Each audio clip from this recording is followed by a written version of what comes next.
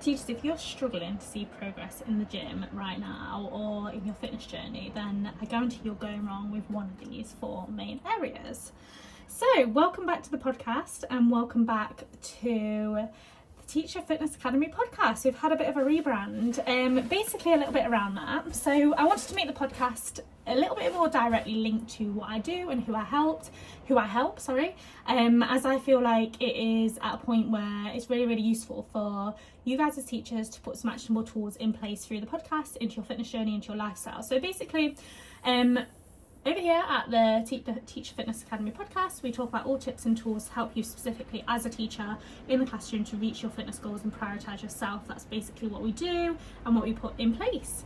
So today I really wanted to go over sort of 4 common pitfalls, 4 areas where we as teachers fall into the trap of, and if you have not got these 4 areas nailed, if you have not got these 4 areas under control, then this is usually the reason why you are not making the progress that you want to make inside of the gym. It's usually why you're not making the progress that you want to make in terms of your routines. It's why you're not making the progress that you want to make in terms of your fitness journey as well. And I think these 4 main areas, they are not a be all or end all. So it's not that because you're struggling in one, you're going to struggle in them all. It's not that you're going to struggle in one for always. There's different seasons, and I think like with anything in teaching, there's always a season to it. So we know when the assessment point's there, things can feel a bit more tricky, and it's about you navigating and understanding each of these so that when one of these do flag up as a problem or a potential problem, it's something you've got the tools to go away and implement some ideas and put some things in place to try and solve that problem, and try and put some things in place that will help you get from A to B. So when I was teaching, I always found that within these areas, there'd always be one of these which were a little bit more tricky to manage. And it was always about me understanding myself a little bit more and understanding myself in terms of where I was at with where I'd be. Now, the thing is with human behaviour, we are all very different. So you may find that one of these areas are more dominant as an issue for you compared to some of the other areas, because that might just be a particular area that you feel is a little bit more of a weakness for you, something that you need a little bit more support with. And within my coaching experience anyway, and the ladies that I work with, I find that there are different areas that do flag up as a bit more of a weakness, as a bit more of a problem at times, and some people are just more prone to some more than others. And I think you understanding that and taking hold of which one may be a little bit more of a challenge for you is really important, because then you can get to grips with how you can solve that and how you can feel a little bit better from it, to kind of work your way through that so it's not a problem for you sort of all the time. So let's dive into what these 4 main areas are and how we can solve them to basically get to where they need to be. So to achieve your goals and to achieve your fitness ability and to lose the fat, whatever that might be, stay on track, there's 4 areas you need to take control of, and the 4 areas which I believe that if you hack these, you basically hack your results and you are going to be able to consistently see the results that you want to see. So I'm going to go through them really quickly now, and then we're going to dive into each of them in a little bit more detail. So the 4 areas, number 1 is energy. So having the energy to put into your sessions, energy to put into your journey, energy to put into your fitness results. Number 2 is physical. So what are the physical things what are the physical barriers in your way for seeing the results that you want to see? Number 3 is motivation. Are you motivated to get there? Do you want to get there? Is this something that you definitely want to achieve? And number 4 is stress. So what are the stresses going on in life? How is that having an impact on you?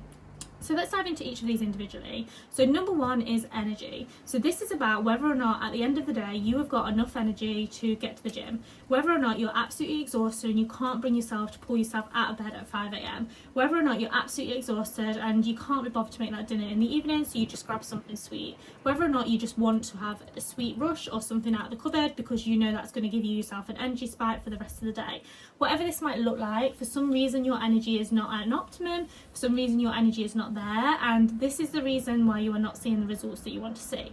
Now, us as humans, people optimize and people are able to cope with a different amount of sleep, and some people get more tired, some people are able to cope better with tiredness and can power through it. So some people, even though they might be feeling the same tiredness as you, they can power through it. I am not that person. Energy has always been a big area for me, and I've very much learned this in business, and probably more so than teaching. Teaching is very regimented. You have to be somewhere for a certain time, whereas my energy now very much I have to be my own motivation to get somewhere, and if I'm tired, I know that things slip.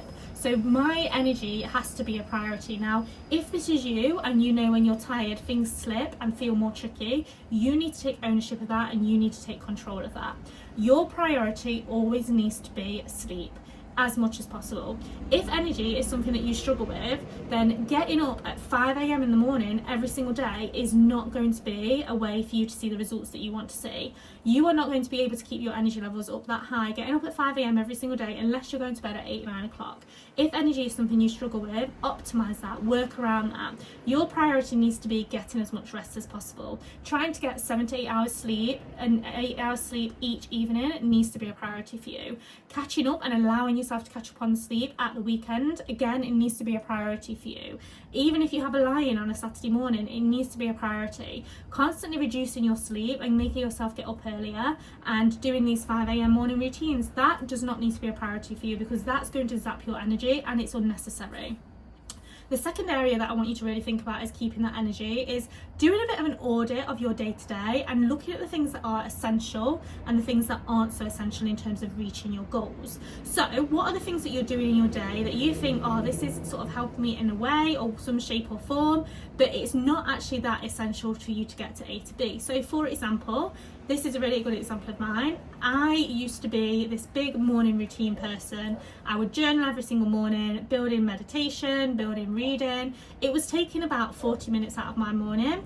I soon realised that actually it was not allowing me to show up as this effective person in my career because it was taking all of my energy, it was taking all my time. I was having to get up earlier to do this. It wasn't an effective way to use my time, and because energy was short and because I had to store that as much as I can, I had to prioritise my sleep. So when I found what worked for me was optimising my training around what worked in terms of my energy levels. So for example, I knew at the start of a week I would have much more energy compared towards the end of the week. So at the start of the week I would make sure every single Monday I got a session in regardless. My energy was always maximised on a Monday, so that's what I would prioritise on a Monday, whether it was morning or after work. I'd also put a rule in place that yes, some mornings I would work out in the morning, but this would only happen at a maximum of 2 times per week because 5 a.m. starts are hard and this was just not giving me the energy that I needed to sustain throughout my teaching week. It just was not possible for me. So I had to tell myself that I would go in the evenings 2 to 3 times per week, but my morning session would only be 1 or 2 times in the week. And I think it's about you optimizing what that looks like for you to make it realistic. I also had to tell myself that I couldn't train every single day in the week. It wasn't possible. I figured out that I could do a maximum of 3 sessions consistently throughout the week, and I had to put 1 in terms of the weekend as well, which meant that my training plan could never be a 5-day split because I was not going to give up 2 days of my weekend every single week. It was not realistic for me to be consistent. So giving myself 4 sessions per week and then adding an additional 1 in there as and when I felt I had the energy to felt more of an appropriate way to do it with me. So with my clients, what we do is we really look at these 4 main areas, and if energy is a problem and energy is something that we look at and we need to work on, we really look at their routine, their timetabling, we cut out the faff, we cut out the rubbish, anything that is not directly helping them work towards their goals but they're just doing as an extra, we cut it out, we audit their time, and we make sure that we're optimizing the results that we can see and that we're optimizing results that we want to see. And this means we're scheduling gym workouts where energy is going to be at its maximum, so that gym workout's not going to get missed and we're going to get things in place to allow them to see the results. Number 2 is all about motivation. If you're someone where your motivation dips in and out, you find that you're on this diet, you're on this goal for a week, and then all of a sudden one thing goes wrong, motivation goes, and you can't work to where you want to go. And it's not because of your energy, it's just simply because you've not got the motivation or the drive to do it, then this next part is for you. Motivation is so important. You need an element of motivation. It's what gets us up to go in the morning, it's what gets us out the house, and without the motivation there, we start to hate it, hate the process. So what on earth do we do when motivation goes? How can we solve that problem, especially in teaching when we know that working out is tricky? How can we overcome that motivation and ride that to see where we want to be? My number 1 way to overcome motivation is by goal setting and tracking results. Sorry, should have said 2 ways. Goal setting and tracking results. This is where you're going to see motivation. Setting your goals so you know where you want to be and having a reason why is so important for motivation. When I did my last phase, where I was really working towards a fat loss phase for the photo shoot, my motivation was that photo shoot. I wanted to feel great for that photo shoot. So even on the days when I couldn't be bothered, even on the days where I was thinking I'm going to eat whatever the hell how I want tonight. I was thinking, actually, I've got this photo shoot, I just need to keep going. Like, that was my motivation, that was my goal. Have a goal in place. If you are just, I don't know, getting fitter, I don't know, losing a bit of weight, that is fine. But I'm telling you, if you struggle with motivation, having an explicit goal, I want to lose this much by this time frame, is what you need. You need to be a bit more explicit if you are that type of person that needs that goal to work towards. Because trust me, when things get hard, when reports are due in, when you've got a safeguarding issue after work, your motivation's not there, it's going to be incredibly tricky for you to be consistent. So having a set goal is super important. Another side around building motivation in and making sure you're sticking towards them goals with motivation is ensuring that you're tracking your results. Tracking your results and seeing that progress is a very natural way of sending yourself almost like a reward. You've worked hard towards something, you're seeing some changes in your body, on the scales, in your measurements, therefore you want to continue working towards that goal. Tracking your results is so important. My best clients, the clients that see the most results over the quickest amount of time, are clients that check in every single week with me. They upload photos every single week, they upload measurements every single week, we have a conversation around how their week's been emotionally and mentally, and then we set goals explicitly for the week ahead every single week to get them to the next point. This is so important. If you know in yourself that you can start to miss those check-ins, that you can start to skip things, that's where your motivation starts to slide a little bit. That's where you feel like you're not going to be as consistent, and that's where you see things slip. You need to take ownership of that. Track your results, see the progress, use that to help your motivation, and make sure you're setting those goals, work towards those goals that are realistic to get you there. Number 4 is all about physical. So there might be a physical reason why you cannot get to where you want to be. This is often one of the trickiest ones to solve with clients, but there are ways of going around it. So first of all, your physical might be you can't go to the gym or work out because of a health need. Okay, if that's your physical, then we would look at your goals together and think about what we could switch. So somebody in that situation who maybe can't train because of a physical need, you need to be homing in on your nutrition. That needs to be tight to see the results that you want to see. To start off with something small and build that up, so starting off with things like steps and then gradually building it up into a training plan is something that you can do maybe. So starting off with things that are manageable and gradually building things up, but also seeing that roadmap of how you're going to build things up is really important. So that's a really important area to look at. Looking at the basics first, the things that you can do, water, sleep, nutrition, and then gradually building up into the training sessions, building up into the workouts to get to where you need to be.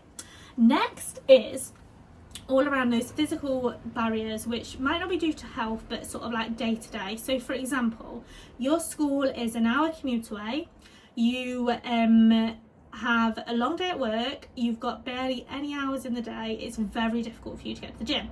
Or you have got children in the evening, so when do you possibly get to the gym? Where is that possible for you to have that time to go to the gym? It's really, really difficult for you to do that. Or maybe it is like a financial barrier. You financially, physically, you can't afford to maybe invest in a coach or a trainer. So you're trying to get and source all that information for yourself online. It can become confusing. There's a barrier there. It's a physical barrier. Whatever that physical barrier is, your goal is to try and work to remove it where possible. So for example, like the physical one where we spoke about there being a physical problem or a health need, obviously that's tricky, but you are gradually building yourself up to something you can do. The physical one around you having your hour commute to work, you cannot change that.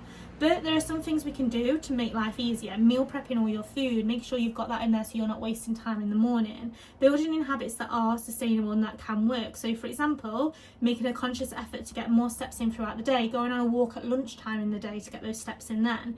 Building in 1 or 2 workouts a week instead of 4 or 5. These small changes and small steps have a massive impact on where you're going and your goals. And it's really important to consider that you do not need to be perfect week in, week out. You can take ownership of where you're at, and you can see the results that you want to see by monitoring your week to week and what that looks like.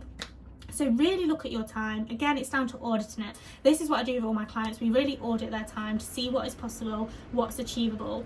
And sometimes it's about us making little switches. So sometimes it's about us looking at their day in like literally 15-minute intervals and being like, okay, I don't know, Jasmine, can you switch this to this at this time? And she'll say yes. And we notice that these habits that we can move around and change, they sort of disqualify these physical hindrances in the way.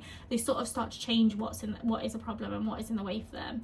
Childcare might be an issue for you, okay? So this is where you need to think about what is possible. Can I go to the gym when so-and-so's in bed and my partner look after him? Can I go to the gym in the morning? Does that work for me? Can I get an at-home workout in when they're in bed because I've got no one to look after the children, but can I do something downstairs? Can I invest in some dumbbells and a workout mat? What can I possibly do to start to see some of the results I want to see and make time for you? And this is where you need to be brutal with yourself. Are you making excuses, or are you actually physically not able to even give yourself 20 minutes to do a quick workout at some point during the week? It's because we all have 20 minutes somewhere, okay? And it's about taking that ownership and really looking at it. I am busy. I've been busy. The busiest I've been was when I was growing this business alongside teaching. But I made those sacrifices, I made that time, and I know it's hard, but there's always something you can give to show up as that better version of you.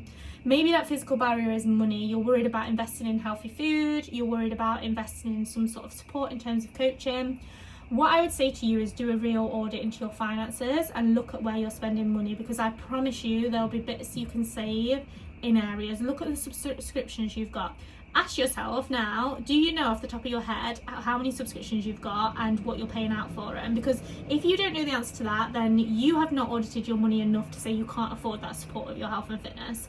You need to know exactly where your money's going, and I appreciate coaching is not affordable for everybody, but I would argue eating well when you've got a plan to do so and eating towards your goals is incredibly affordable when you know how to do it right. And that is because biscuits, sweets, chocolates, ice cream, they're all so flipping expensive. I went to the supermarket on Saturday and got some ice cream as a treat for me and my partner, and it was like £5 a tub, right? Okay, do you know how much fruit and veg you can get for £5? Especially fruit and veg that is optimised to grow in the UK, that's affordable. That's something you need to really think about and start to take ownership of. Do you know how much these coffees are that we grab on the go? They're like £5. You can literally get a kilo of chicken for £6. That could be your protein for the week sorted. So I get it, and I know sometimes it is about making cuts, but it's about prioritising for you what's important and removing those physical barriers where appropriate. Finally, number 4 is around stress. This is a big one in teaching, and this is often the area I see as the common place to allow people to fall off track in teaching. What happens when we get stressed is adrenaline is released and cortisol is released into our bloodstream. That is not meant to be there. So a stress response is there because it's meant to be for us responding to a tiger, a lion in the wild, all of these things, okay? But when we get stressed from something that isn't a response like that, the problem is the stress doesn't just go, because your report deadline is not going to just go. Your pile of books that you've got to mark is not just going to go. All of your responsibilities in leadership or leading your subject, whatever that might be, is not just going to go. So it's about you taking, how do we manage this stress so it doesn't have an impact? Now the problem, there's 2 ways that stress has an impact. Number 1, it has an impact physically inside of our body. And number 2, it has an impact on how we spend our time. Often when we're stressed, as teachers, we're high performers, we want things done. So we prioritise work, we cut anything else out, and we'll just work late. We'll just put more time into work, more hours into work. That's often a response I see to stress, and that's a response I see many teachers make, which means they get late back from work, they get in late from work, their tea is skipped, they might grab something on the way home, they miss their workouts. And this happens at different pinch points throughout the half term. Assessment week, for example, parents' evening, for example, report writing, for example. And this is completely normal. It's about understanding how to navigate that, which is what I work with teachers on during their half term cycle. We really break down the weeks, what they look like, we monitor them together, and then we build a plan from there. That is one way that we do things together. However, stress has an impact in a second way, which is probably the scarier way. Stress has a physical impact inside of our bodies. Any hormonal response has an impact in terms of our weight loss. Women are complicated. This is why I fully am quite passionate about women helping women, because our hormonal response to things is incredibly different to how men, they go to the gym, they lift weights, they make progress in the gym, they will see results. Doesn't always work like that for women. Our hormones and our genetics have a huge impact on A, where we store body fat, and B, how susceptible our body is to results. Quite often in women, when their stress hormones are too high, when they're doing too much and they're overworking, which is quite often the case with women, they're not switching off, they're not relaxing, our bodies just don't seem to be able to cope with the stress. They don't seem to be able to cope with the results. They kind of go into overdrive, and that energy is not put into seeing the results that we want to see. You need to get back to that calming state before you can start stressing your body with the workouts and things like that. So some of the ladies who do get into the stress state and they feel very anxious and they feel very overwhelmed with work, I often say, let's pull back from workouts this week. That's not a priority. Instead, I want you to take 10 minutes in the morning, 10 minutes after work to work on some breath work, and we'll do that together. And it's little things like that, journaling, things like that, which seem a little bit like they're not going to help you get towards your goals, but actually are having a huge overarching impact in terms of your hormonal health and how you're feeling, are really important to take control of when we are in that stress state. So just to recap quickly, 4 main areas you need to take hold of to hack your fitness journey as a teacher. Number 1 is energy. Getting the energy there, prioritising your energy, working around what this looks like for you, and making sure that you've got a plan that works for you is important. Number 2 is motivation. If you are a highly motivated person, this comes easy for you. Some of us aren't. What are the goals? Are you tracking your progress to really light that motivation in you?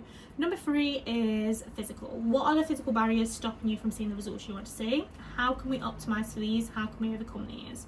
Number 4 is about stress. How are you managing your stress? How are you managing your stress as a person away from work? What are the things you're doing? What are the boundaries we're setting? What are the rules that we're setting?